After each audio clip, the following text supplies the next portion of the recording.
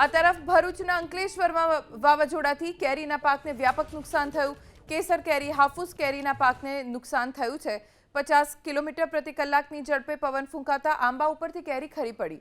વાવાઝોડા બાદ કેરી પકવતા ખેડૂતોને બેવડો ફટકો પડ્યો છે।